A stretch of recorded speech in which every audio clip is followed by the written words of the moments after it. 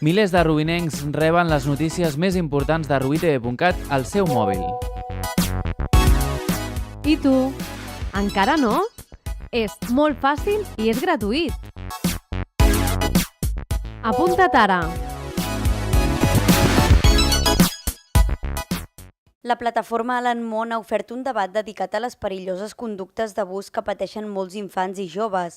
L'entitat ha insistit en la importància de detectar i assenyalar les actituds de l'assetjament escolar des del primer moment per tal d'evitar-ho i lluitar contra aquests comportaments. La mateixa família a vegades ho amaga, no ho exterioritza i no demanen tantes ajudes. Quan demanen ajudes és que el problema s'escapa de les mans i això és el que no volem, no?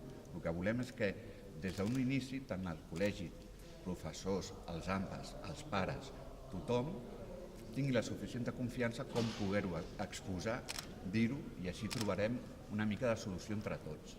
Però sempre entre tots, no podem anar sols. Sols no s'aconseguirà res.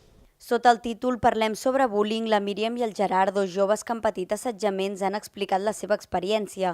També han aprofitat per respondre preguntes i animar a totes les víctimes y personas implicadas a compartir las seves vivències. Si hay alguna escuela, si hay algunos padres, lo que sea, estamos aquí para ayudar, para formar, para lo que haga falta. Entonces, cualquiera que se quiera poner en contacto, ya sea una escuela, ya sea unos padres, ya sea una víctima de bullying, estamos aquí para ayudar. Entonces, pues nada, si alguien quiere colaborar con nosotros estaremos encantados.